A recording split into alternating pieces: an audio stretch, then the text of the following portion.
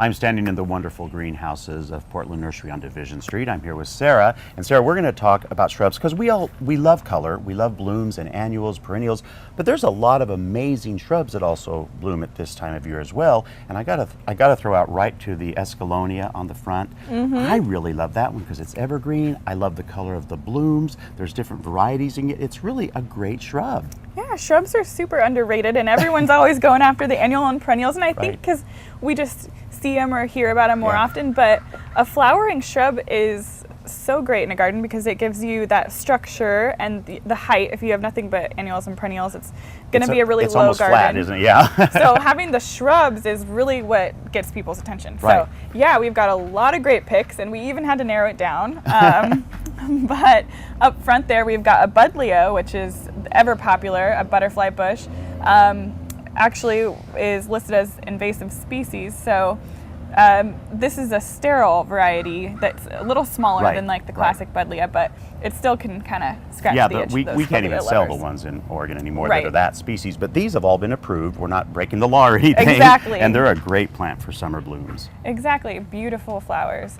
And then we have a potentilla, which is great for like a really hot, dry area. And that and the cistus I really like with rocks, like kind of a rocky garden area. They, I think, have a nice contrast and just kind of flow well with the And talk about rocks. blooms. I mean, both of these plants really just, they'll bloom and bloom and bloom. So they're, if you're wanting color, it's perfect for that. Yeah, and then super long. I noticed this one up here too. This is so cool. The Lagostromia crepe myrtle is an excellent plant and can actually take some drought tolerance once it's established pretty well. But I have 2 of them in my yard right now, and everybody that comes over asks me, what is that? Yeah, It's so pretty. It's a little bit on the later side of blooming, but it's a must-have. There's also patio trees, so they make a really nice dense tree for like a privacy area because they're fast growing. And even the late blooming, Sarah, is really better because then in December there's not even much of anything that's blooming except annuals, and you still have the beauty of those. Yeah, wonderful. Yeah, very wonderful plant. I love this stuff too. Tell me Yeah, about it. so this is the Sambucus, the black lace. It's very fast growing to about 10 feet. Wow. And it's not necessarily a privacy shrub. It's definitely more whimsical. And I like that word for that. That's cute. It is whimsical. You're right. It's got the nice flowers. It's just really popular. A little bit different, so it's got the contrasting color of the leaf and texture. So it's definitely, you really need texture in a garden, and that is a great plant to give it to you. And I love that this leads into that same color. Tell me about this one. Yes, this is one of my personal favorites, the Catinus, or a smoke bush.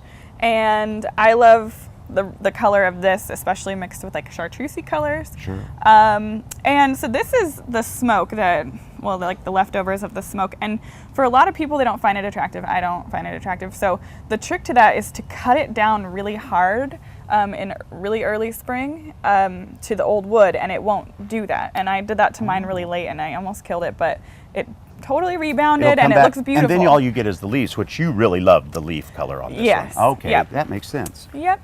And here we have an Itea. It's got a really nice soft fragrance, again with the texture. It's a little bit different. I could see it going with a more evergreen shrub, and like some grasses or something would make a nice combination. So it's one of our favorites. And then we've got Weigelias, and those are great because they bloom for so long. Right. You're right. Really bright colors, deer resistant. Nice. So then lots of different options in that as well. Yeah, they really have. They've come up with some great difference in sizes too, and so there's a whole lot of fun happening with this shrub that really does bloom so beautifully. Yeah, and I almost forgot in front we've got our Hebes. Ah, yes. Which is a very large family, but you can always tell a Hebe by the unique leaf structure, which I think is gorgeous, and they've got all different colors of flowers. They're beautiful. Every time they're blooming, we get people coming and asking, what is that? Gotta have it. And so those are a personal favorite for kind of a smaller shrub. Yeah. And then, there's so many other options.